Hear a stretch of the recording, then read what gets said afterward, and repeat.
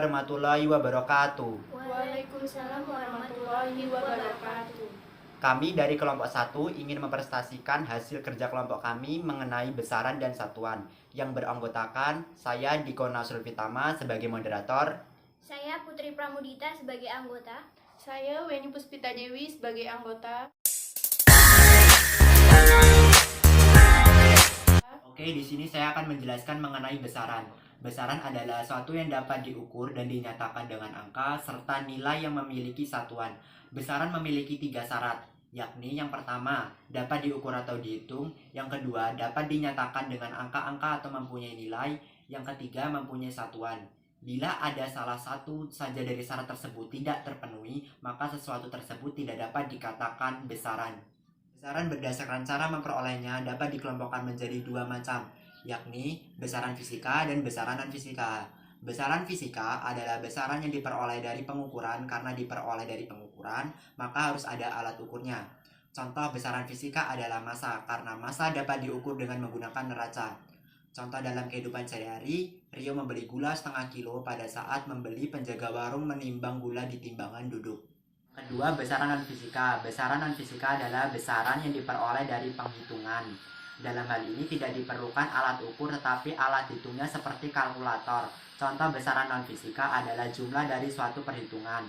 Contoh dalam kehidupan sehari-hari, Rizky membeli 6 buah jeruk dengan harga per butir 2.500, membeli 2 buah durian dengan harga per butir 20.000. Lalu si pedagang mengambil kalkulator untuk menghitung jumlah belanjaan dari si Rizky.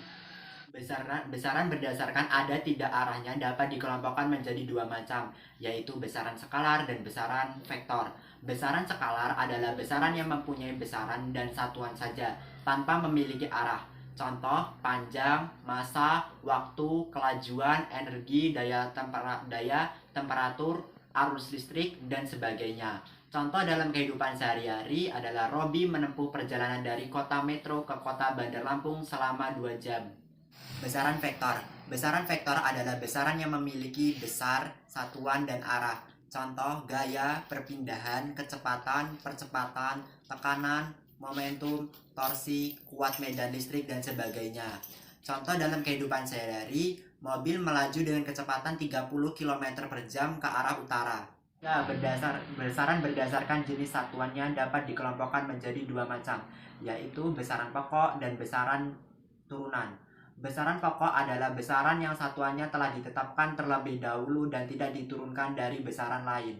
Ciri-ciri khusus besaran pokok yakni diperoleh dari pengukuran langsung. Yang kedua, mempunyai satu satuan atau tidak satuan ganda. Yang ketiga, ditetapkan terlebih dahulu. Besaran pokok ada 7. Yang pertama, besaran pokok panjang, satuan meter, simbol satuan M. Besaran pokok massa, satuan kilogram, simbol satuan kg. Besaran pokok waktu, satuan sekon, simbol satuan S. Besaran pokok kuat arus listrik, satuan ampere, simbol satuan A. Besaran pokok suhu, satuan Kelvin, simbol satuan K. Besaran pokok jumlah zat, satuan mol, simbol satuan mol.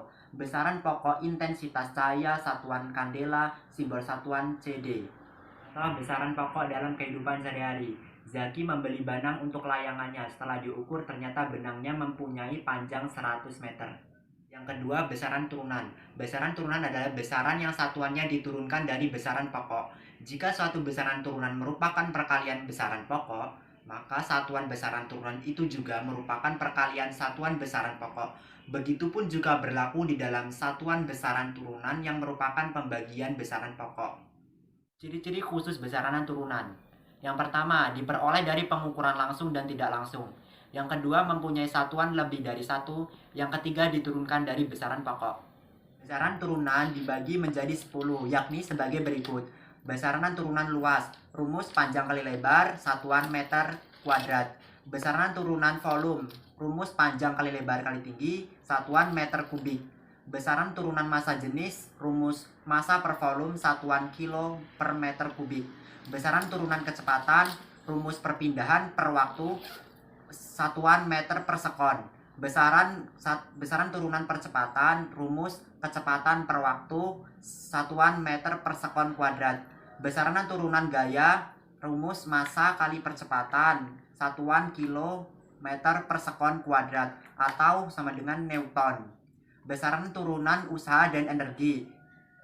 Rumus gaya kali perpindahan satuan kilometer kuadrat per sekon kuadrat sama dengan Joule. Turunan tekanan. Rumus gaya perluas satuan kilo per meter sekon kuadrat sama dengan Pascal. Besaran turunan daya. Rumus energi per waktu satuan kilo per meter kuadrat sekon kubik sama dengan watt. Besaran impuls dan momentum. Rumus gaya kali waktu satuan kilometer per sekon sama dengan ns. Contoh besaran turunan dalam kehidupan sehari-hari. Misalnya Pak Suryadi membuat bak mandi dengan volume 1,25 meter, di mana memiliki panjang 1 meter, lebar 0,5 meter, dan tinggi 0,5 meter.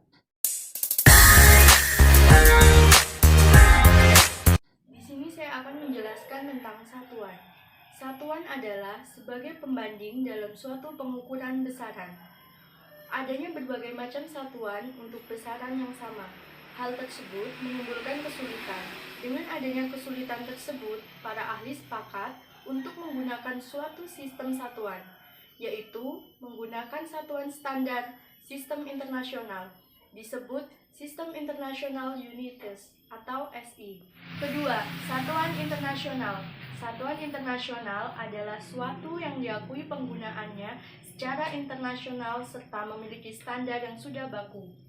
Satuan SI dibuat untuk menghindari kesalahpahaman yang timbul dalam bidang ilmiah karena adanya perbedaan satuan yang digunakan. Satuan internasional juga termasuk satuan baku. Satuan internasional atau SI merupakan hasil kesepakatan para ilmuwan di Paris pada tahun 1875 dalam konferensi CGPM, Konferensi General des Poids et Mesures, yang membahas tentang berat dan ukuran. Dalam perkembangan selanjutnya, sistem satuan internasional atau SI dibagi menjadi dua sistem, yaitu sistem MKS atau sistem praktis atau sistem geologi dan CGS atau sistem Gauss. 1. Sistem MKS atau meter, kilogram, sekon, yaitu cara menyatakan besaran dengan memakai satuan meter, kilogram, dan sekon. Sebagai contoh, satuan panjang dalam sistem MKS adalah meter. 2. Sistem CGS, sentimeter, gram, dan sekon, yaitu cara menyatakan besaran dengan memakai satuan sentimeter, gram, dan sekon. Sebagai contoh, satuan panjang dalam sistem CGS adalah sentimeter. Satuan dibedakan menjadi dua macam, yakni satuan baku. Satuan baku adalah satuan yang telah ditetapkan dan diakui penggunaannya secara internasional, yang biasa disebut dengan satuan internasional. Sistem MKS dan sistem CGS yang merupakan penjabaran dari satuan internasional atau SI juga termasuk satuan baku. Ciri-ciri satuan baku. 1. Memiliki sifat yang tetap dengan hasil pengukuran yang sama. Mudah ditiru. 2. Penggunaan secara luas atau bisa digunakan secara umum. 3. Dapat dikonversikan ke satuan lain. Contoh. 1. Satuan baku besaran panjang sentimeter, meter, dan kilometer. 2. Satuan baku besaran massa, gram, dan kilogram. 3. Satuan baku besaran waktu, sekon, menit, dan jam. 4. Satuan baku besaran suhu, Celsius, Kelvin, Reaumur, dan Fahrenheit. 5. Satuan baku besaran kuat arus listrik, miliampere, dan ampere. 6. Satuan baku besaran intensitas cahaya atau candela.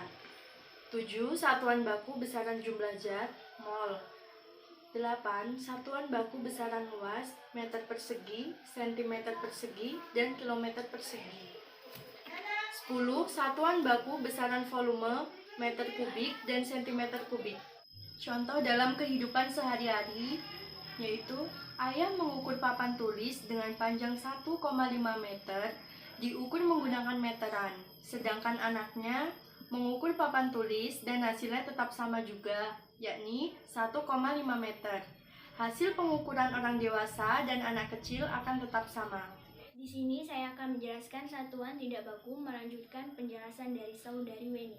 Satuan tidak baku. Satuan tidak baku adalah satuan yang apabila digunakan oleh orang yang berbeda akan memberikan hasil pengukuran yang berbeda.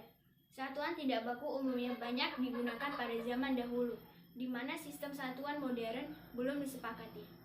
Ciri-ciri satuan tidak baku: 1. Memiliki sifat yang tidak tetap dengan hasil pengukuran yang berbeda-beda. 2. Sulit ditiru. 3. Penggunaan terbatas atau tidak bisa digunakan secara umum. 4. Tidak dapat dikonversikan ke satuan lain. Contoh: 1. Satuan tidak baku besaran panjang, jengkal, depa, hasta. 3. Satuan tidak baku besaran massa, mayam, entik. 4. Satuan tidak baku besaran luas, tumbak, bahu. 4. Satuan tidak baku besaran luas, tumbak, bahu. 5. Satuan tidak baku besaran volume, botol, gelas, ember. Penjelasan mengenai satuan-satuan tidak baku di atas. 1. Jengkal. Jengkal adalah jarak antara ujung ibu jari dan ujung jari telunjuk ketika di 2. Depa. Depa adalah jarak antara ujung jari tengah tangan kiri dengan ujung jari tengah tangan kanan jika kedua lengan direntangkan. 3. Kilan. Kilan adalah jarak antara ujung ibu jari dengan ujung kelingking ketika telapak tangan direntangkan. 4. Hasta. Hasta adalah jarak antara siku lengan dan ujung jari tengah ketika direntangkan. 4. Tumbak. Tumbak adalah satuan luas tanah yang digunakan di daerah Jawa Barat. 1 tumbak setara dengan 14 meter persegi. 5. Mayam. Mayam adalah satuan ukuran berat emas 1/16 bungkal. Bahu adalah satuan luas lahan yang digunakan di daerah Jawa untuk mengukur sawah. Contoh dalam kehidupan sehari-hari. 1. Ayah mengukur panjang meja menggunakan kilan atau jarak antara ujung ibu jari dengan kelingking yang direntangkan, menunjukkan hasilnya 3 jengkal, sedangkan anaknya menjadi 4,5 jengkal. Hasil pengukuran orang dewasa akan berbeda jika dibandingkan dengan hasil pengukuran anak kecil.